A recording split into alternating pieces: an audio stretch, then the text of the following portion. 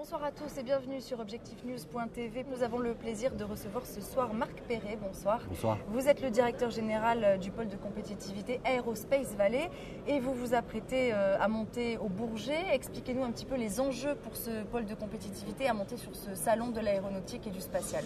Le Bourget, c'est tous les 2 ans. C'est plus de 2000 exposants, dont 25% d'exposants de moins de 49 salariés. Donc, ce qui donne la légitimité à y aller. Et pas seul, à y aller avec des entreprises, parce que l'intérêt, c'est pas pour nous, c'est pour nos PME. Donc il y en a 109 membres du pôle Aerospace Valley qui viennent, dont 59 en Midi-Pyrénées. Ces entreprises, elles travaillent dans quel secteur? Est-ce que vous pouvez nous donner quelques précisions? Oui, on a été attentifs, donc c'est l'aéronautique et du spatial. Donc on a été attentif à couvrir l'ensemble du spectre de la production, que ce soit les avions, les satellites. Donc on est à la fois sur la production de pièces mécaniques, mais aussi sur de la conception, sur du logiciel.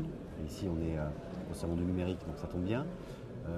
Sur le traitement de surface, donc on couvre, et c'est tous les 2 ans, on fait attention de filtrer parmi les demandes qui nous sont demandées, d'abord un renouvellement, pour pas qu'ils soient toujours les mêmes évidemment, et d'autre part être représentatif de la filière. Les entreprises de Toulouse sont connues pour le secteur aéronautique et spatial. On se dit que c'est presque normal que Toulouse soit représentée au Bourget. Est-ce que c'est une position acquise ou est-ce que ici aussi on doit se sentir peut-être en danger? Est-ce que ça pourrait changer cette position dominante dans ce domaine-là? En aéronautique, bon, vous connaissez l'état de la filière avec les perspectives qu'il y a de 7 à 8 années de commandes devant nous, le leadership historique qui date de plusieurs dizaines d'années de la région Midi-Pyrénées et de l'Aquitaine sur ce domaine-là. Si on regarde les carnets de commandes, il n'y a pas de raison d'avoir d'inquiétude sur l'avenir de cette filière. Au contraire, on peut même s'estimer heureux d'avoir un navire amiral comme Airbus, mais pas que, aussi, il y a aussi d'autres grandes entreprises comme Safran, Dassault, Thales, qui sont présents. Et également dans le spatial, on a en Midi-Pyrénées, on a une position dominante en Europe. On est la première région en Europe, avec 12 000 emplois en gros, et puis des 3 acteurs majeurs que sont Thales, Alenia Space, Astrium et CNES. Et derrière, toute une filière de sous-traitance qui est présente et qui a répondu présent depuis très longtemps et qui continuera à le faire. Est-ce que vous pouvez nous rappeler un petit peu les missions de ce pôle de compétitivité? Alors, disons qu'on a 2 grandes missions. La première mission, c'est d'être capable de monter des projets de rupture technologique. Et cela, on a une feuille de route stratégique qui nous dit pour les 10 prochaines années quels sont les domaines à l'intérieur des filières aéronautiques et spatiales, quels sont les domaines sur lesquels on doit mettre l'accent. Mettre l'accent, ça veut dire en complément et avec la modestie de notre place. Il y a des grands acteurs qui ont leur propre stratégie, leur propre politique de R&D.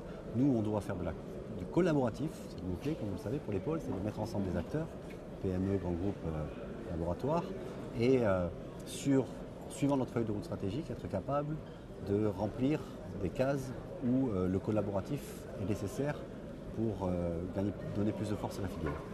Donc l'autre actualité d'Aerospace Valley, c'est la signature du contrat de performance le 18 juin au Bourget justement. De quoi il s'agit? Vous êtes très bien renseigné, c'est le 18 juin.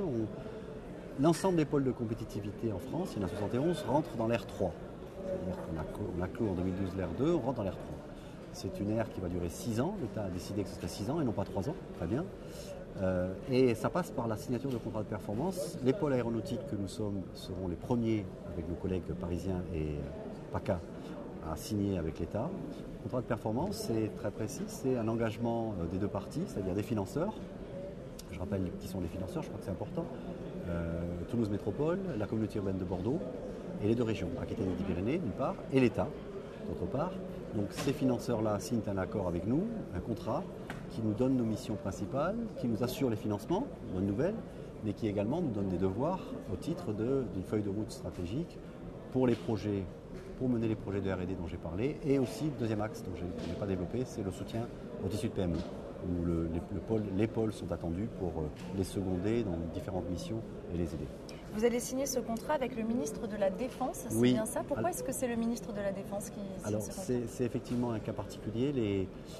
La Défense le ministère de la Défense a souhaité, depuis le début, depuis l'origine, être le partenaire des pôles de compétitivité aéronautique et spatiaux, en considérant que c'est du domaine régalien, et alors que d'autres ministères sont sollicités pour signer avec des pôles, le ministère de l'Agriculture pour Agrimi, pour le ministère de l'Économie, le ministère de l'Industrie, la DGCIS en général, Le cas particulier de nos 3 pôles aéronautiques, c'est l'interface, c'est la DGA et le ministère de la Défense. Merci beaucoup Marc Perret d'avoir été notre invité ce soir. Merci à vous, merci à vous.